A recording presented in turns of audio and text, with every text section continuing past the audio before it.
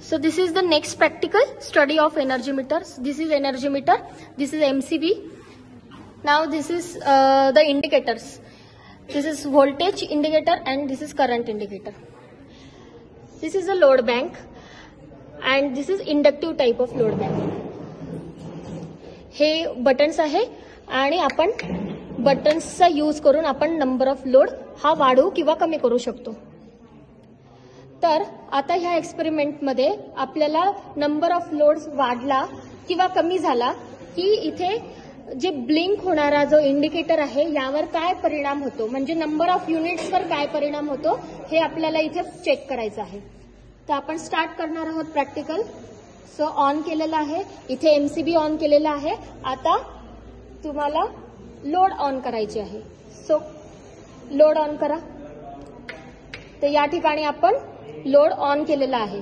त्यावेळेस आपण stop watch चालू करणार आहोत. सो हा स्टॉप वॉच सुरू झालेला आहे आणि इथे काउंटिंग पण सुरू झालेली आहे. सो हा ब्लिंक होतोय एलईडी.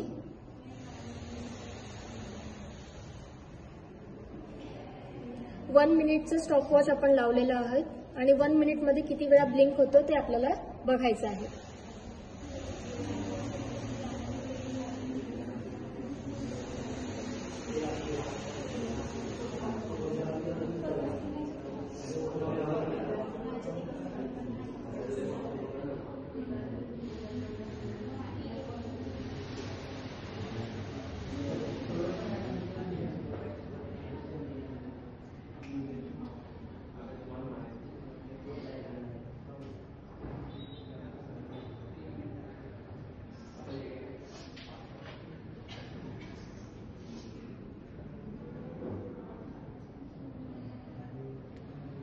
डन.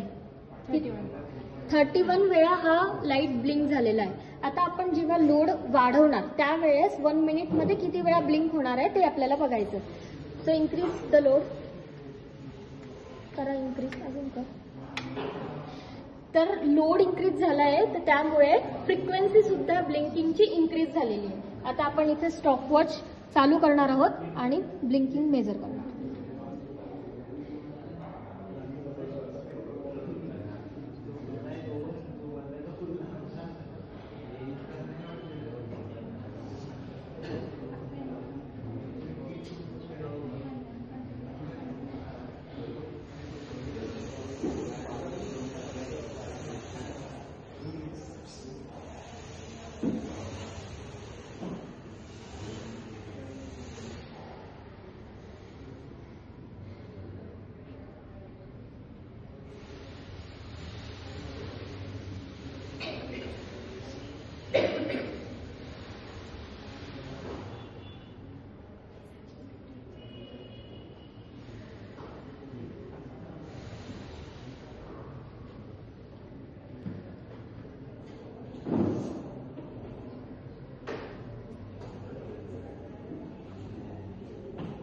ओके. किती वेळा झाले? 66 वेळा. आणि फर्स्ट स्टेपला किती होते? 31.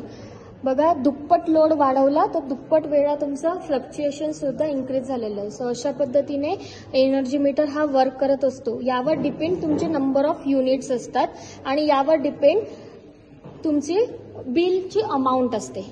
सो ज्यावेळेस रीडिंग घेण्यासाठी लोक येतात त्यावेळेस इथे जो आकडा डिस्प्ले होणारा असतो, म्हणजेच इथे किती वेळा फ्लक्च्युएशन झालेलं आहे, म्हणजे तुम्ही किती लोड वापरलेला आहे, त्यावेळेस त्याच्यावरून डिपेंड तुमचा अमाऊंट असते आणि हीच अमाऊंट तुमच्या बिलामध्ये दिसत असते.